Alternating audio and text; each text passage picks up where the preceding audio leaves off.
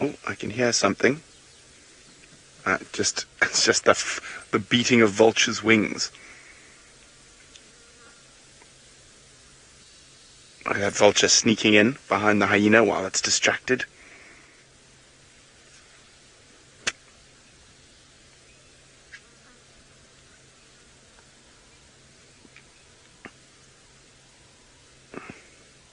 I think it's going to be quite funny when that hyena pops out and suddenly finds those vultures right behind it.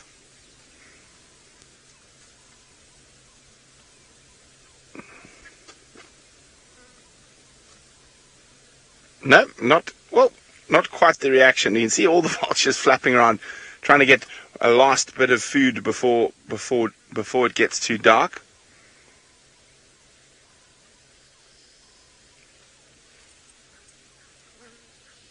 I'm still hoping that all this activity was going to bring Hyena out of hiding.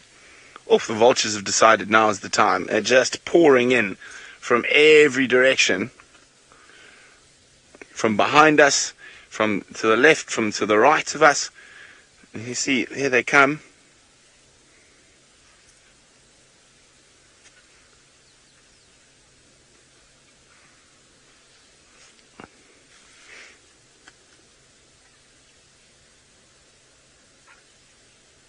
I'm just going to move the vehicle a little bit so we can see a few more of the vultures behind that hyena. So while I slowly reposition, let's go see Taylor, who's found some vultures of her own. We do, and we've got them silhouetted beautifully up on a dead knobthorn. But Brent, most of them have actually jumped off of the tree and spread their wings, and I think they're flying towards you. So expect a couple more. There go the last of the vulture. How stunning is that? Isn't that absolutely beautiful? Perfect with the sun also in between the leadwood trees in the distance. Oh, wow.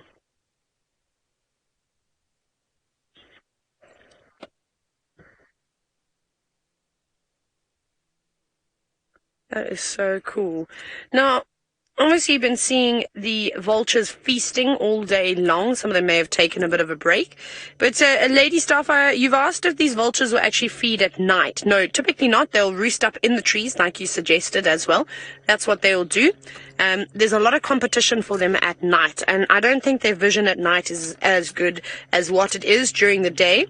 They might not have the special... Oh, sorry. All of a sudden I had a lot of saliva built up in my mouth there for a moment. I didn't know what to do with it.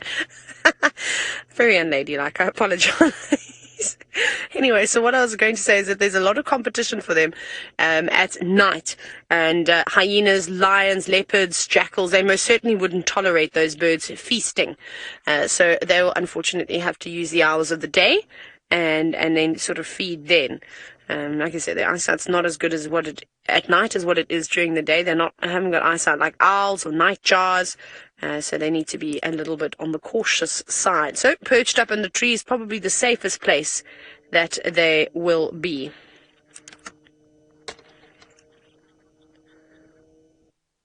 Now, here's something that we've been chatting about quite a bit recently, particularly with the Wahlberg's eagles, whether there's any sexual dimorphism between the two, well, between male and female. And Paula, no, with vultures, I haven't noticed any differences.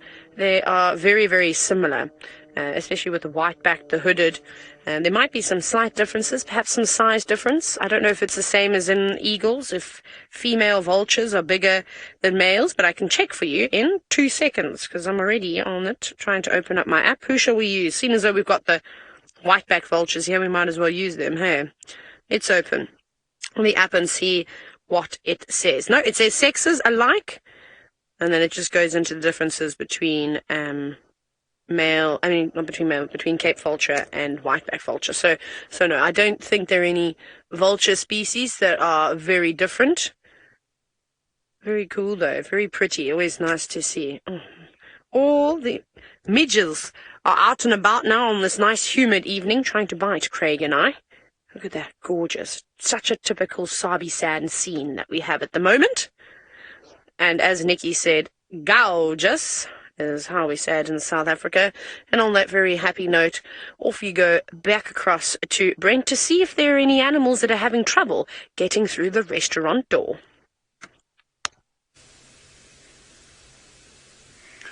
You can see the hyenas are far more tolerant of vultures than a lion or leopard would be.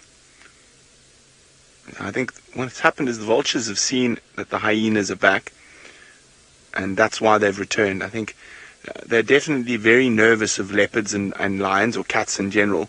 I've actually seen a lioness grab a vulture mid-air before at a buffalo carcass in the Kruger.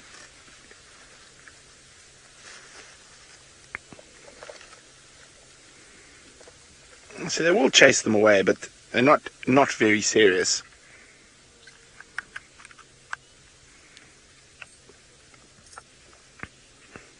Now, the smell here is just, let's just be thankful that you can't smell what Sebastian and I are smelling at the moment.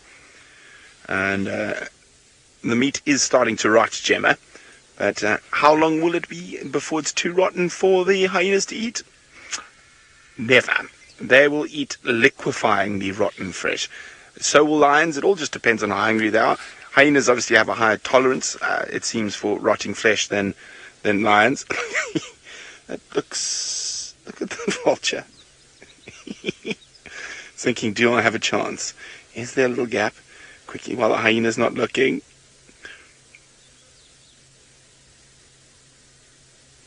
There we go. I'm going to try.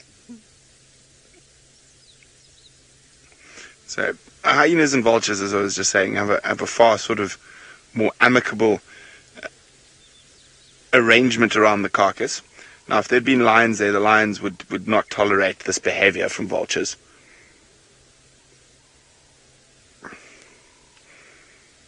And the vultures would also be quite nervous of the lions.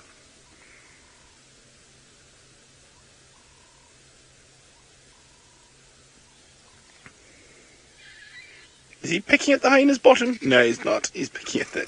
I always thought he was going to have a go at the hyena's bum while the hyena was inside the carcass.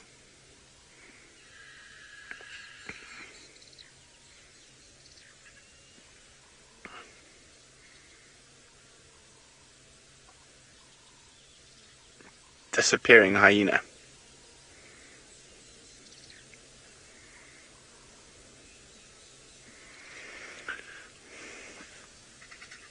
Now we are waiting with bated breath to see if any lions arrive at this elephant carcass.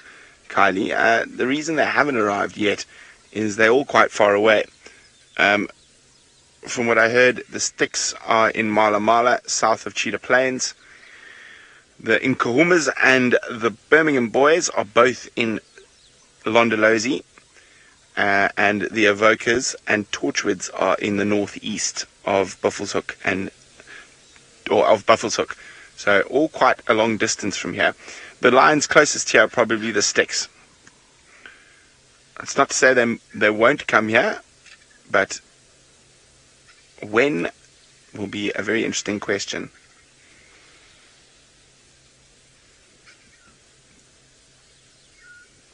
So far, still no lappet-faced vultures. And I'll just keep a lookout for the light-coloured eye of the Cape vulture.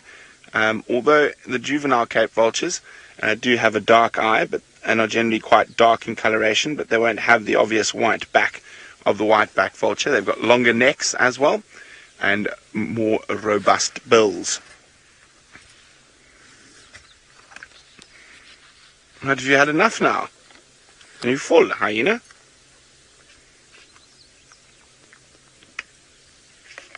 And now you'll watch the vultures immediately take that gap. Now, for this many vultures, it's a very small gap. Look at them clambering over each other to try get in there.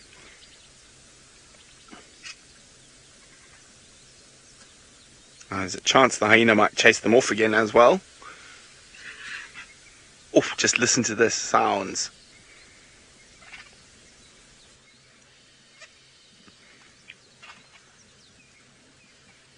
Now, not only can you hear that squabbling, you can actually hear them ripping at the flesh.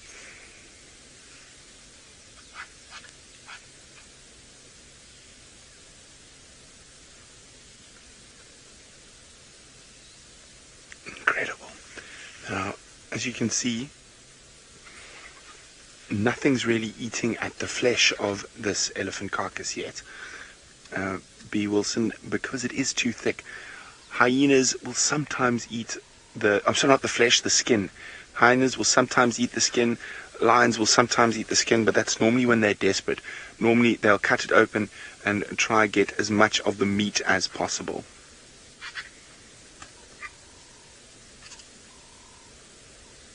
More vultures flying in at the moment.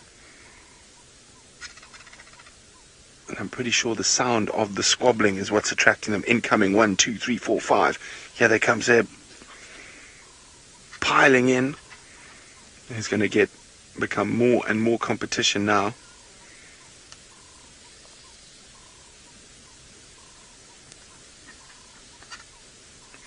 I'm just trying to see if one of the larger, more aggressive Cape vultures arrives in this last little flurry. Oh, someone just got pushed all the way out. Hyenas coming back, might chase them.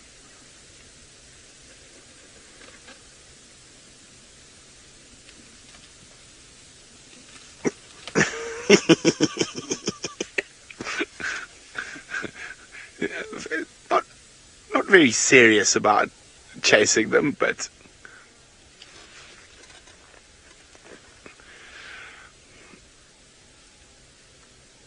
as I say, the elephant skin is very thick, and where the hyenas have opened, it's not as thick, Robin. So the thicker areas, especially around the neck and the legs and stuff like that, can be up to sort of 5 or 6 centimeters in thickness, and very, very tough. So lions and hyenas can cut through it, but they're not going to eat it. They're going to cut through it to try get to the meat below.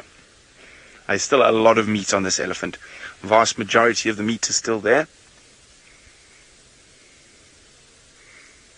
Now, sometimes if lions don't arrive at a carcass like this, the hyenas are very full.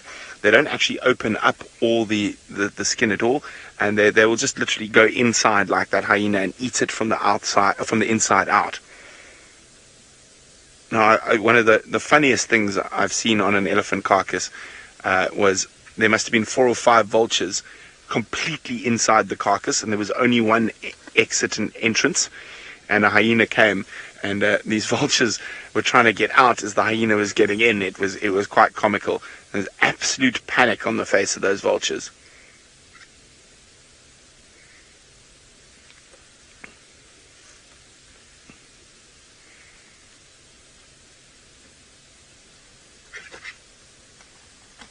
Oh, there we go. Nearly got him. But as I say, it's not very serious. Occasionally a hyena will bite sort of a couple of tail feathers out of the back of a vulture, but I've never actually seen them, even once they've caught one, actually kill it. It's more just sort of get away, you nuisance. Whereas I think, with lions definitely and leopards pose a much bigger threat.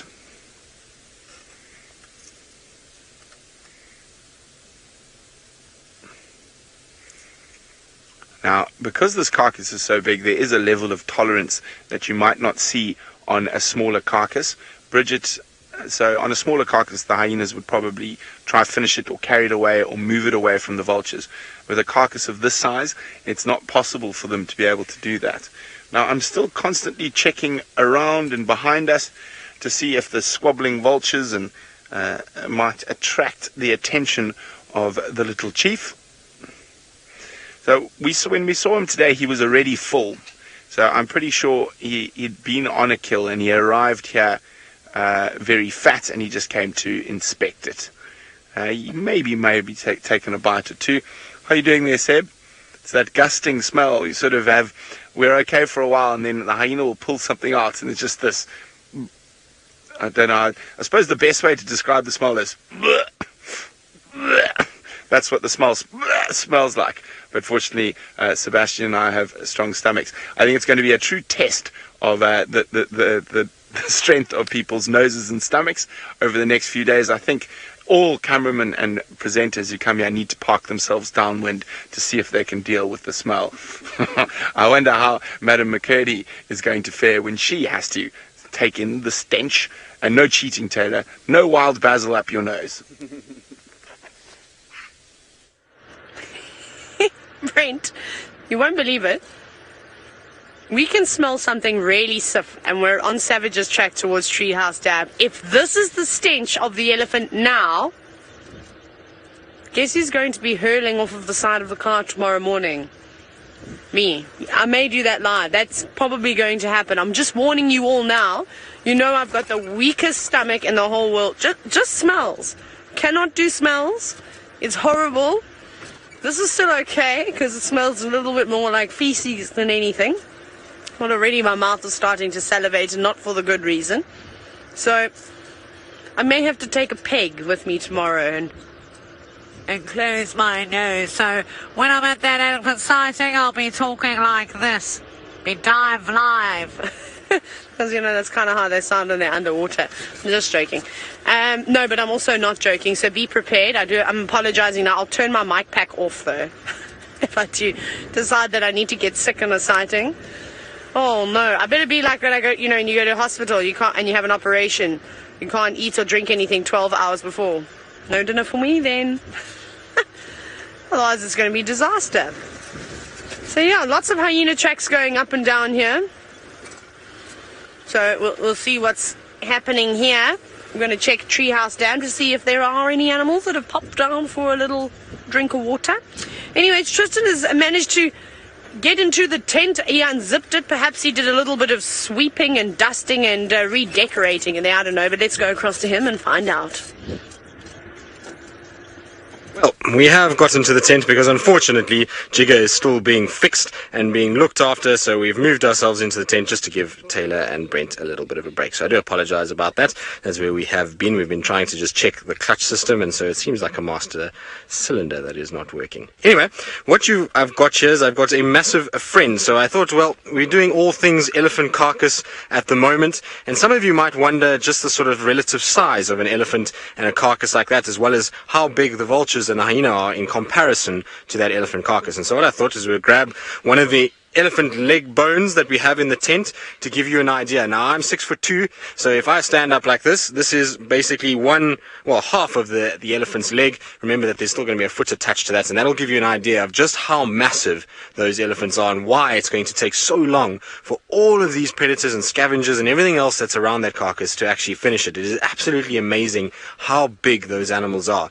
Now, the other thing that's really interesting with this particular piece of bone is just how heavy it is. If I pick up anything else around here, you'll find that the bone is not nearly as heavy as this, and that is because this bone is a lot more solid than what you would see out of other bones. Now, if I go and get the giraffe skull, which we'll have a look at just now, and we look at the sort of inner parts of the giraffe skull, you'll notice that it's got a big honeycomb effect for weight. But if you look at this bone, you see that there's very little in the way of space between the actual parts of the bone, and that's because this needs to be incredibly strong in order to support such weight. So because it's such a heavy animal, if it had a honeycomb structure like the skull of an elephant or even the skull of a giraffe, you would have a situation where it would probably be too brittle and would break under its own weight. So they've got very solid leg bones to be able to support huge amounts of weight, but it just gives you an idea of just how big these guys are. They are absolutely massive. The rest of the leg would be pretty much close to my head.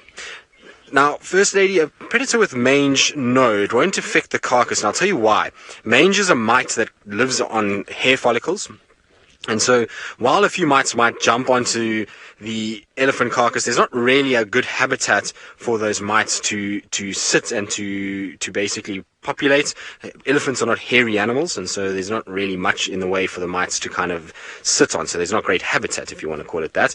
Then coupled with the fact that most predators, when they're feeding off it, even if they had mange, you would find only a few mites might drop off because the rest of the mites are inhabiting that particular animal. So they're sitting on that animal and they're trying to feed off that particular animal, that host, and it's only through physical contact of animals brushing up together, lying right next to each other, that gives the mite time to get on and off onto another host will that happen. And I'm probably pretty sure that those mites might even have some sort of heat reception that they have on them, that they'll be able to pick up the fact that there's an animal that's still alive close by and then go to it, as opposed to just going to a dead animal that they're not actually going to get anything out of. So no, it shouldn't be a problem. If there was something like a kudu, or if we had a situation where we had an animal with a lot of hair, impala, kudu, those kind of things, maybe it might have been a situation because those animals might have carried mange, and then them feeding off it could have gotten it. So it's not going to be probably a huge problem on this particular carcass. Now, talking about the carcass, Brent is still there, and I'm very jealous because when I was there was not one iota of action, and it seems as though it's all heated up. And so off you go and enjoy the hyena and vulture tug of war. Sorry, Tristan. Sorry. I'd say Tristan had some bad luck with tech issues on Jigger this afternoon. Otherwise, he would be sitting here, not me.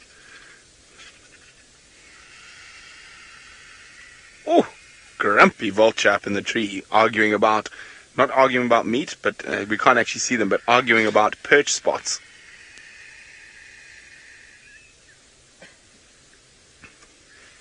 Oh, the other hyena seems to have moved off. I didn't even notice that. Did you see where it went, Seb?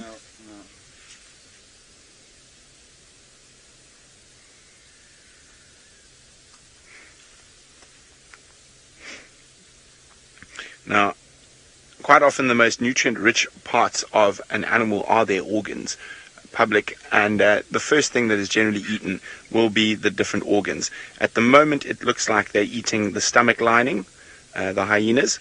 That's what they seem to be eating at the moment. Now, from the injury this elephant bull took from the other elephant, and from tracking him for a full 3 hours and finding where he had defecated, etc., I'd say that there's not much in terms of vegetation in his stomach.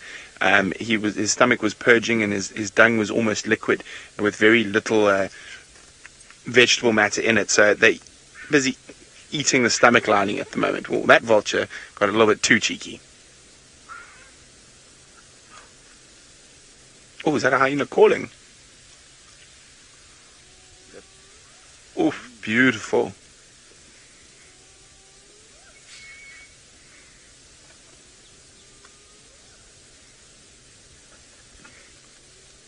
So we're just going to turn the camera around towards where the hyena is whooping from.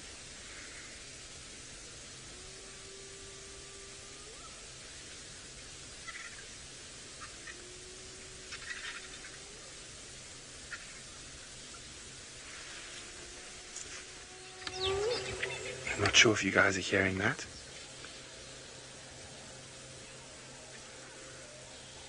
Oh, isn't that awesome?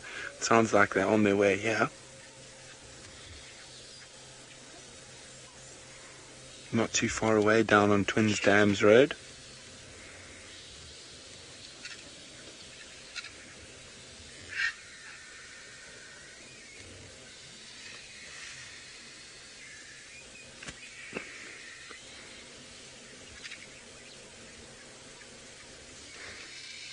Now, we've been discussing how thick the elephant's skin is.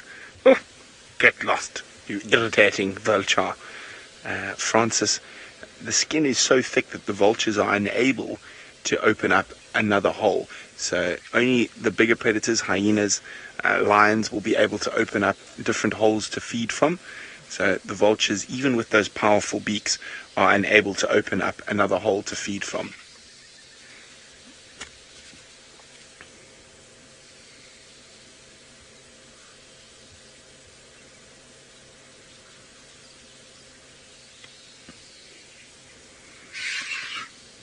Still no sign of Hyena. I'm quite surprised.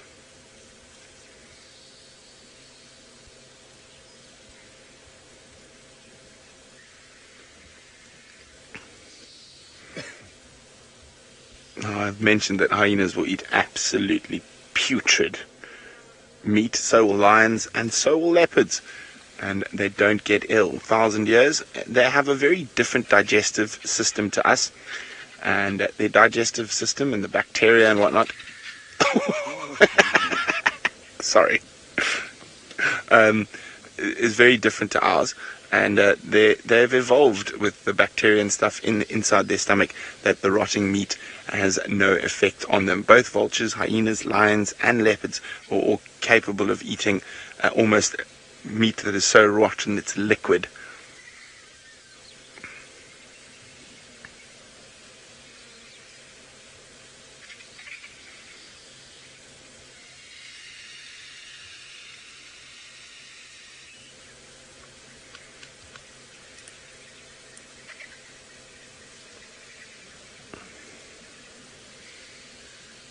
Now, as I said, I'm hoping Hyena makes an appearance, or maybe a few more hyenas arrive in the meantime.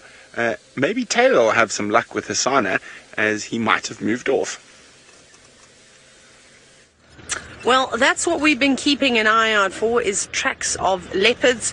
We've also been looking for owls, because, well, this is the time of the evening that pearl-spotted owlets and scops owls start to come out. Last night, actually, when we got home, there was a scops owl calling in camp, and I haven't seen one in ages. I've been trying to find it, but unfortunately, those two small species of owls have got ventriloquist calls, which makes it a little bit difficult to actually try and find them. So I think that's actually going to be our aim tonight, is perhaps, you know what, we'll leave the predators alone. Maybe they come charging past the car on the way towards Brent, but other than trying to find those owls, Craig and I are trying to get as far away from the stench as possible. And Craig has made a request this evening. Can you believe it? Batman wants to see a chameleon. I don't know if we will, but we're going to try. You know what we're going to drive is we're actually going to go, and I think I could pull my spotlight out. It's a bit light, but, I mean, even if it's just there to give us, let me just see what it's like. It should still give me a helping hand in trying to find a chameleon. So we're going to drive Balanites Road, which is the road with lots and lots of snakes on. I found one snake there. Obviously, I like to exaggerate, but I have found lots of chameleons on that road. It's quite a sort of bushy road, lots of bush willows, lots of silver cluster leaves and guarries and all sorts of things on there.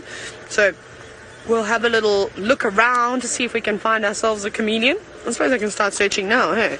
Because what's to say that there's no chameleons on these trees? Or a scorpion?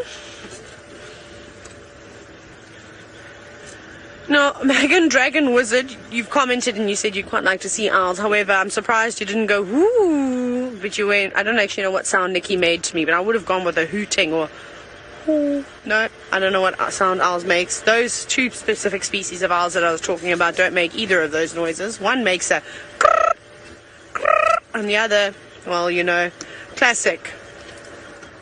Craig, I think you should do the pearl-spotted owlet call, because I do it all the time. Please, can you do it? Go, Craig.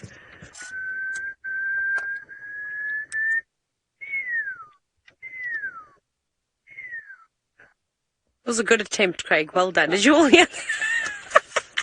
I'm not going to give him too much credit. Craig, look what's sitting up on top of that tree. It's not a pearl-spotted owlet. I can't believe you actually did it. It's a pale morph Wahlberg's eagle. Very nice way to end the day. Actually, Craig, I think you've got a pearl-spotted owlet responding. No, it's Franklin's. Sorry. There we go. So, a very nice... Well, I don't actually know. Nikki, which morph did you see of the Wahlberg's eagle with Brent? Was it the chocolate brown one, the dark morph, the original? Wonderful. Well, here we go. It's always nice to see two on one safari, and we're very lucky to actually see the pale morphed Wahlberg's eagle. I'd never seen one before until I came up to the northern Sabi sands and, well, found that there was a pair breeding here. Well, a female was the pale morphed Wahlberg's eagle, but very nice. Perched up for the evening. I doubt that this eagle will be doing too much more flying around. As well, the sun has set behind the Drakensberg mountains now, and the light is fading very, very quickly this evening.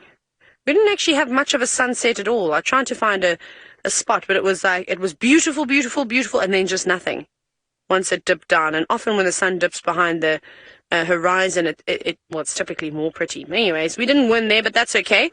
Craig, shall we continue on towards Balanites Road to find our chameleon?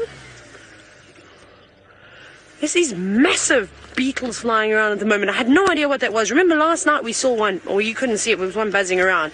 Anyways, it seems as though Brent's vultures are having a bit of a battle. The hyenas have moved off behind us, and now the vultures have descended. There's an absolute bun fight in there. It reminds me of milkshake day at boarding school. First come, first serve, and a lot of milkshakes spilt by the fight to get there.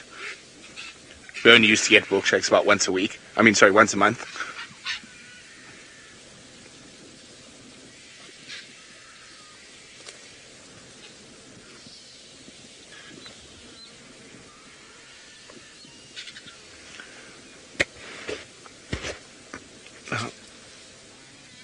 was telling you guys earlier that I've seen lions catch and kill vultures, but I've never seen them eat a vulture.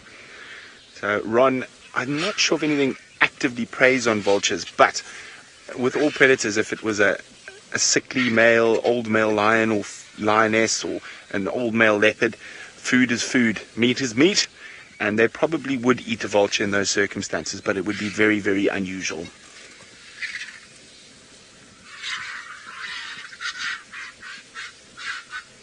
Oof. Massive fight going on.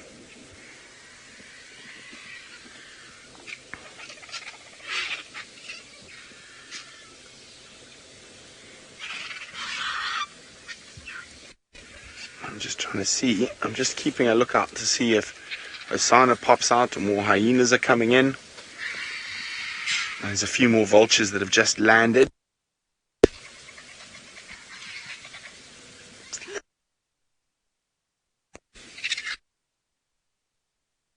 Stripped.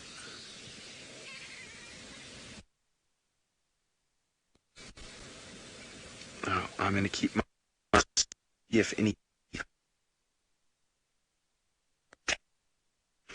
Well, it seems as though Brenty is continuing with the gremlin theme this afternoon, and he's also got some attacking him. So we've had on my vehicle, and I think Taylor's had a few, and now Brent has got some too. Now, I said to you I'd have a look at the giraffe skull and to show you the kind of difference in terms of the bone structure from that elephant skull, and I mean from the elephant leg as opposed to this. And while I was fiddling about with the giraffe skull, I noticed that there's something inside of it that is lurking. Now, this little thing that's lurking inside here, you can't actually see it until you look in a specific spot, and it is kind of deep inside the skull, and basically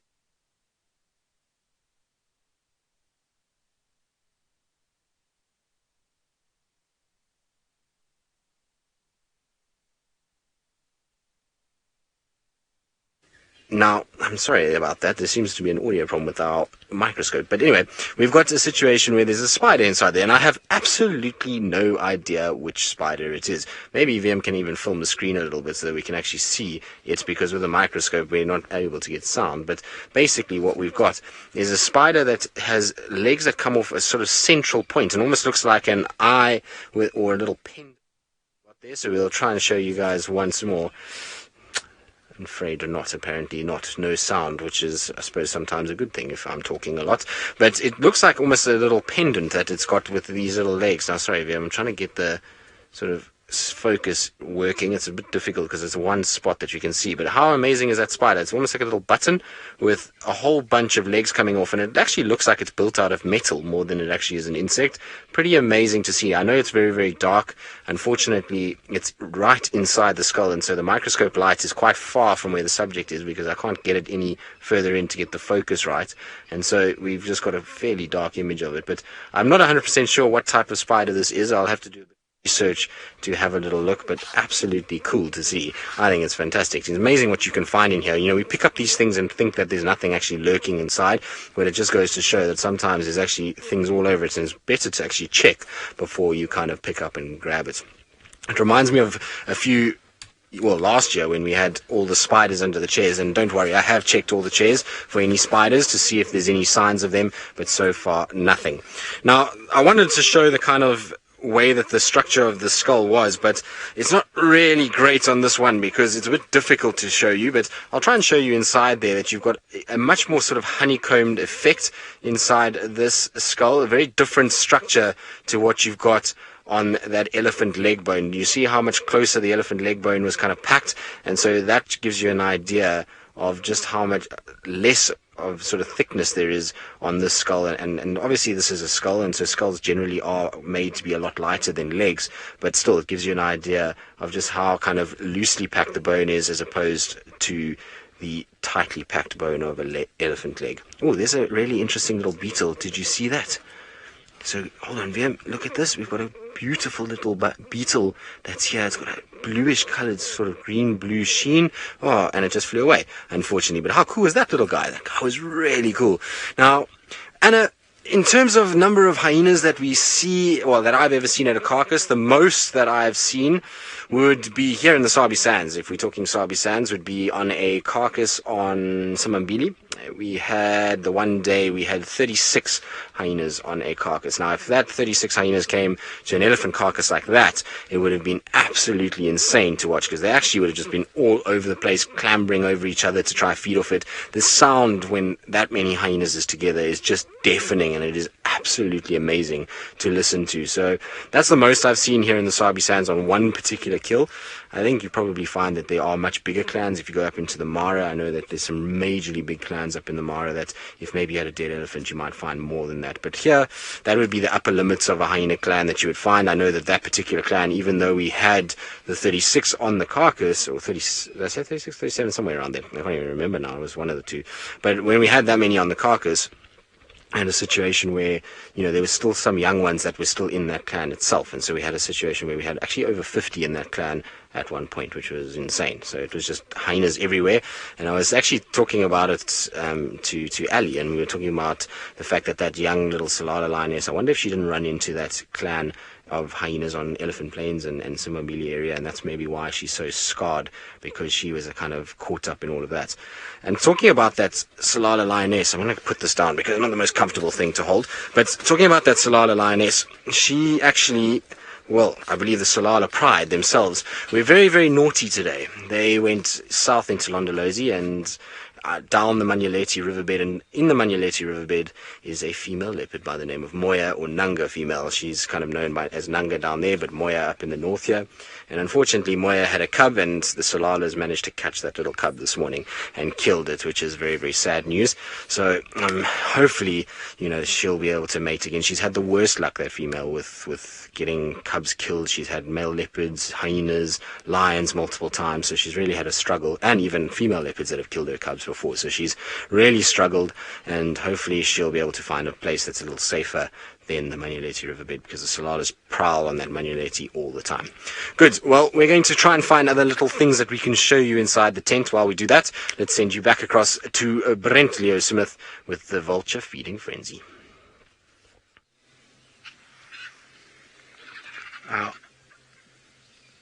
Most of the vultures are busy taking off and leaving. Only a small group are still behind. Now, nothing's given them a fright. It's just getting to that time where it can be a bit risky for the vultures as the dark sets in.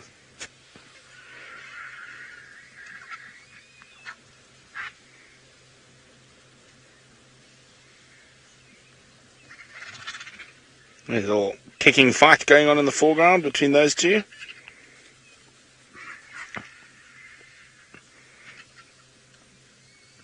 Still no sign of a lot of the predators we're expecting here.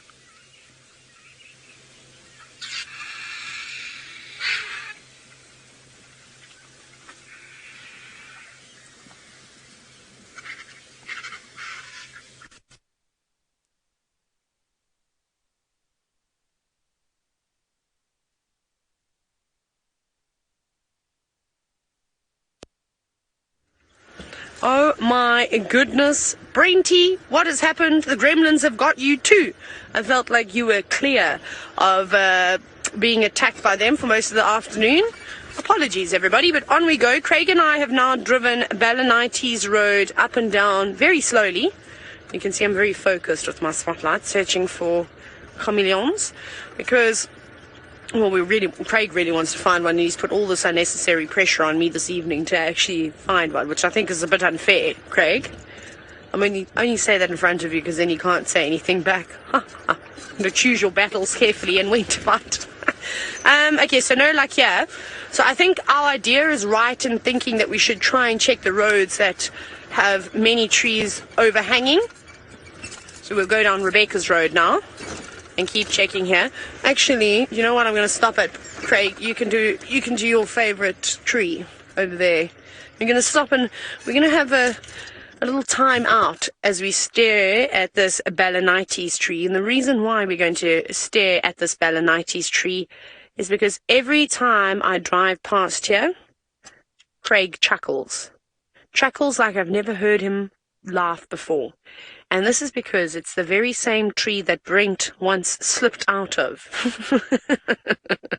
and fell down, which was exceptionally funny. Are you trying to hold your laugh away, Craig? You're trying to not shake the camera as you giggle.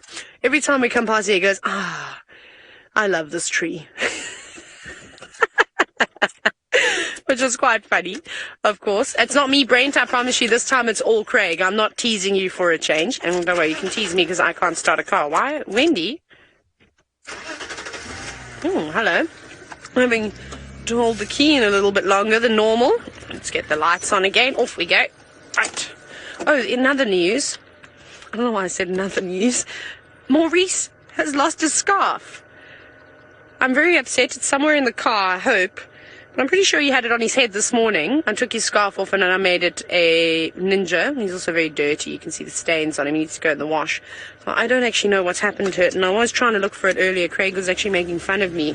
He said, what did you say, Craig? The way that I was searching for Maurice's scarf? He can't remember now, but he said something like a mother looking for her child in the supermarket or whatever. I was panicking. I was picking up all my books. I might actually see it better with the light. I'll have to check when I get back to camp. Right, let's focus. We are looking for chameleons and we are looking for scorpions this evening.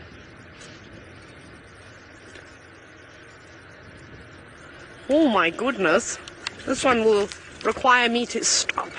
So we shall stop. I don't have a bird book with me, but we can look on my phone very quickly. Right, let's have a quick squiz here. Because Magic Dragon was asking a question. Where is the bird app? There's the bird app. Let's go out of there. We're going to look at owls now. We want to find out how many different species of owls we have. Let's have a look. No. Oh, stubby fingers. Okay. We'll just do it that way. Right. Barn owl, top left. Tristan has proven that we have those owls as he found a nest. So I'm scratching my nails, being bitten by something. I have not seen an African grass owl up here, but maybe Tristan or Brent can confirm. Shall we just see if they occur here? I wouldn't. Yep, they do. They definitely do. I have not seen one, so that's another one. Southern white-faced scops owl we definitely get in this area. And then to the right of that, the African scops owl. So that's 4. Magic Dragon. Pearl-spotted owlet adds 5 to the list. African barred owlet is number 6. A marsh owl, I was seeing lots of in the Mara. They do maybe occur here, but of course they like marshy, grassy sort of sections. I have not seen a marsh owl up in this area, in the low veld. I definitely have seen them in the Eastern Cape, and I saw Southeast Coast. Let's go next. Cape eagle owl, we don't get here, unfortunately. Maybe we do. I've never seen one. Where are they occurring? Never seen a Cape eagle owl. Apparently they do occur up here. Spotted eagle owl we definitely do get. Pell's fishing owl. We don't really have enough river systems, but if you go a little bit, about 4 hours north from here, or even in the Kruger you can see them, but down towards northern sort of Limpopo, Mapungubwe, and on the Limpopo River you can see them. Verreaux's eagle owl, definitely. I've had some spectacular sightings of a Verreaux's eagle owl. And then the African wood owl, I'm pretty sure I've heard them call once or twice. Yeah, they sort of do occur up here. Used to see them a lot down in the Eastern Cape, and there's a nightjar. So let's just count them. 1, 2. We're not going to count the Pell's fishing owl because I doubt we're going to see them here. They like water. So 1, 2, 3. I'm also going to leave the Cape eagle owl out. No, owlet. So 3, 4, 5, 6, 7, 8, 9, 10. 10 or 11 species of owls we can potentially see in the area. The most common ones that we see, however, are the Verreaux's eagle owl. We also see the spotted eagle owl, the scops owl, both scops owl species, and barn owl now, which is quite exciting. The others, I think you're going to be quite lucky to see them, but I mean, Tristan can carry on with this conversation. Tristan has been working in the Sabi Sand since it was first announced that they were going to create this wilderness area. He's been in the Sabi Sand for a very, very long time. I've only been working in this area since 2015. Right, and speaking about Tristan keeping a watchful owl on me as if I was a mouse and it was an owl sitting on the branch, let's go to him and find out if he has seen a wood owl, a marsh owl, an African grass owl, and perhaps he's seen a Pell's fishing owl up here too. So, Taylor, yes, we are spying on you, and it does feel like I've been in the sands for a very long time. But in answer to your question, basically the Sabi Sands has seen all of the above. So every single one that you just mentioned, the Sabi Sands does have them. In terms of all the ones that I've seen, the only one that I haven't seen on your list is a Pell's fishing owl. Now, Pell's fishing owl was seen in, I think the last sighting was March last year. It might have actually been in late, maybe even October there might have been one. But I know March for sure. There was a Pell's fishing owl seen on the Sand River down in the western part of the Sabi Sands. And the last recorded sighting for the northern Sabi Sands was actually in the Manyeleti River. So between Simbambili and Elephant Plains, there was one seen in that area as well. So they do come, but generally when we get flooding and there's a lot of water flowing in the Manyeleti, even maybe the Mulawati, if it flowed for long enough, you would maybe get them. They like nice, clear, shallow pools. That's where they like to hang around with nice, big, broadleaf woodland on either side of those drainage lines. So you do get them here, and they are a species that you can find. In terms of marsh owl and grass owls, both of those you see quite a lot down on the southern side of Singita, Londolozi. So Brent and I have seen a few of them. There's a big open area there, and you find them on the roads there, which is pretty cool. Wood owl we see here every now and then, and hear them every now and then. And then the Cape Eagle Owl is a bit dodgy. I'm not sure that map truly represents exactly. I mean, it obviously is because they've put it in there. But I mean, I've never heard of Cape Eagle Owls being seen up this side of the world, particularly not in the Sabi Sands. So that would be extremely lucky if you were to get that. They're more mountainous birds, so maybe in the Drakensbergs close by, you would maybe see them. But while we've kind of been in the tent, we've had this mummified frog that's been floating around. Brent gave it a sniff the other day, and we've had it kind of sitting in here for a while, and I've just had a look at it, and it's being devoured as we speak. So you can see I've pulled it down from the shelf because it was completely disemboweled by a massive amount of ants. So I'm going to try and just flip it a little bit so that VM can see inside. Sorry, Vildi, I'm going to try and just do that for you. That's going to maybe help. But you can see there, they've basically eaten through that soft stomach skin, even though it was dried, and they've gone in and they've eaten every little bit that is inside there. There's now no longer any innards.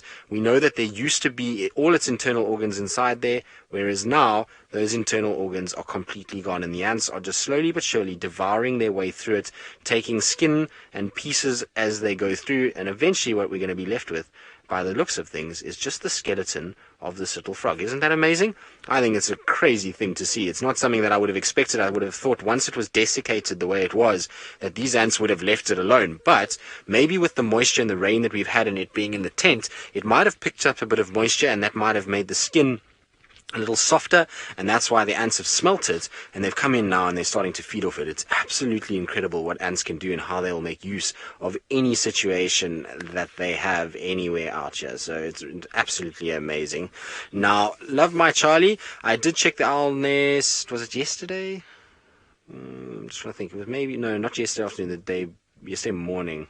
Yesterday morning with Nikki, I did check it, and we did see one chick. I didn't see the other two chicks, but during the day is not ideal. That owl nest is going to be perfect when we have a really good rich orange sunrise. So if we go there a little bit later in the afternoons, the angle of the sun and where that hole is, you're going to get the sun going straight into the nest, and then we should get a really good look as to what's going on. So we might get a beautiful kind of situation, and I'll try maybe tomorrow afternoon. I think tomorrow afternoon would be a great plan to go there and have a little look. Good.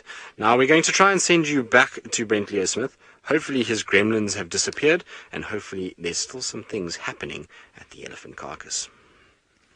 Gremlins, but a hyena has arrived, and you'll notice we are in infrared light at the moment, not to put any interference on what's happening.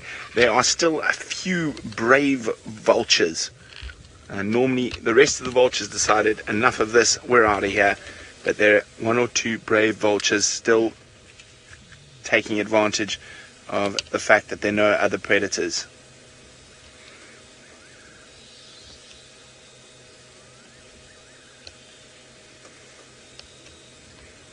So it's unusual to see them still feeding. The hyena will probably see it off, and that'll be the last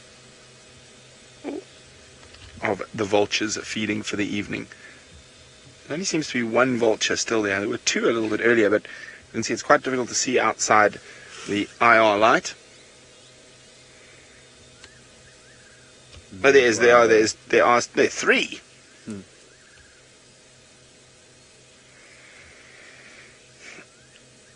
Now, we've been chatting about how resilient vultures are to diseases. Marigold, that doesn't mean they're not carriers. And if you do ever have to catch a vulture, which I have in the past, you have to be very, very careful. Once you've done handing that animal... Oh, we just keep quiet. We've got lions roaring.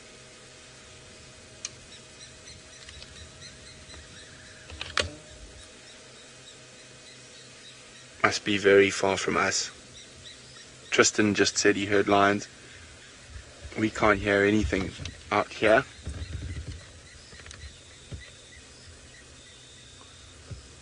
Hyena. Oh, there's the moon. That doesn't work in that. It doesn't work in IR. Sebastian tells me he's apologizing. It doesn't work in IR. No. And the hyena's moved off behind us somewhere. Oh, it's calling. I'm just going to keep quiet. It's that low contact call. The hyena's making. Traditionally, you normally hear those sounds around the den. So as I said, there's probably a few hyenas. Oh, it's going to call. It's behind us. Your IR lights. We're having a problem with the IR light, but we'll keep quiet and listen.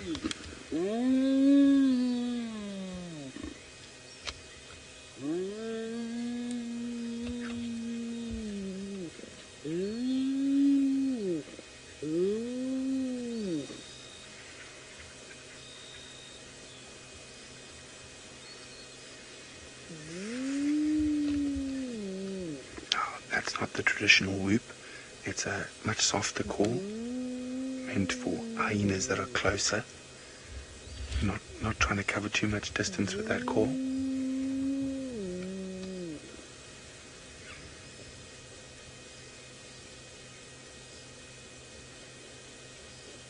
Well, it's gone quiet now. Seb's having a bit of a Let's start it again. Seb's having a little... Oh, it looks like it's come on now. Oh, there's hyenas, 2 hyenas greeting behind us.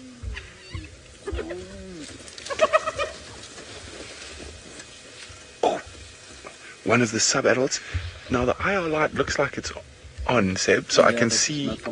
So we're having a problem with our IR. So it is hyenas, so I'm just gonna... There's lots of hyenas coming in, so we're going to try to fix this quickly. While we do that, we're just going to go across to Taylor.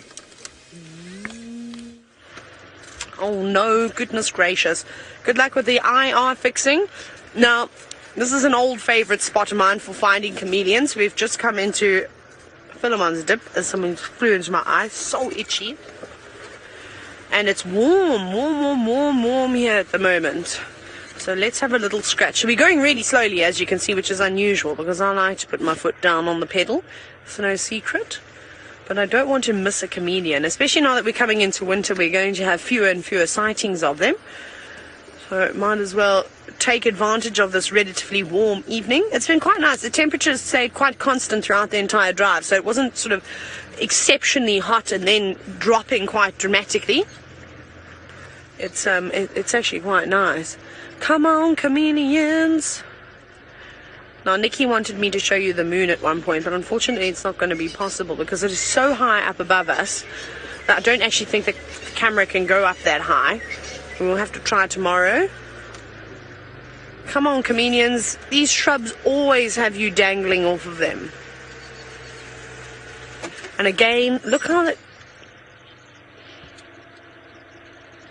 Look at this. Can you see those bush willow pods there, Craigie? They trick me all the time. They're in there, I promise. But there's actual seed pods. You can hear the fiery neck jar competing with me this evening. And they always look like chameleons, but that's not a chameleon. That is not a chameleon, however. I'm going to have to go and cut all the pods off of all the bush willows. So apparently a couple of you have had a guess as to what my feather could be. Now, I thought it was perhaps an Egyptian goose. Just because they do have a little bar going across them. Ah, did you say Stevie or a few people? Nix? Oh, CB. There we go, sorry. CB, you actually also thought it.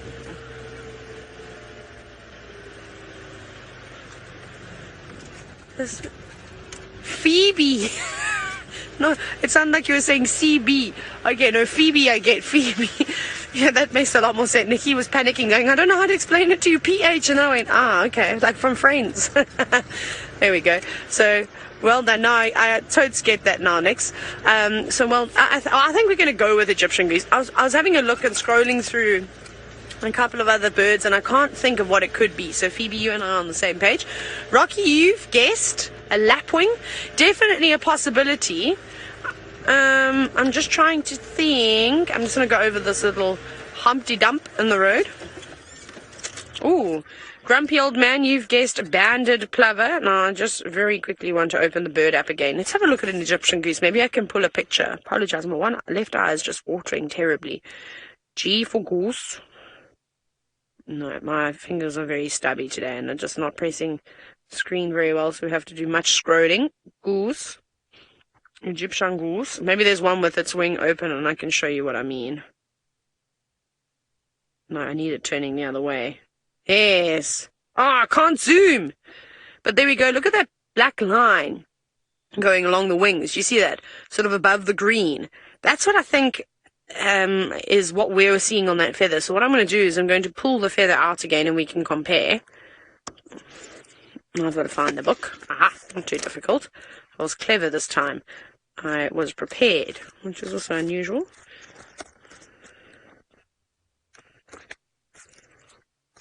Oh my goodness, everybody else is down at the moment. Right, have a very quick squiz at that. Shall I bring them both up for you, Craig? There we go. I'll turn it. Yeah. I definitely think that's from the Egyptian goose. It's a bit difficult to see. My screen's a bit glary, but there we go. Look at that. So that's where I think the feather was. I think that's exactly it. I think we found who the culprit is. That's very cool. Don't have an Egyptian goose feather, but now I do. So we can add it away. Sadly, I don't think you're going to be going back across to Brent, but as we know that elephant carcass is not going to go anywhere, so I'm trying to multitask here with this away. I will be going to the elephant carcass in the morning, which I'm quite excited about to have a look, and I'm sure I shall provide much entertainment in terms of me possibly getting sick live. Who's excited for that? I'm not. Anyways, it's been a phenomenal safari nonetheless. Interesting vulture interactions, and seeing that vulture feeding when the sun has gone down is also something I've never seen before. Anyways, we'll see what else will be around the carcass tomorrow morning. So join us for the sunrise safari. But a big thank you to all of you, and I hope you all get some rest.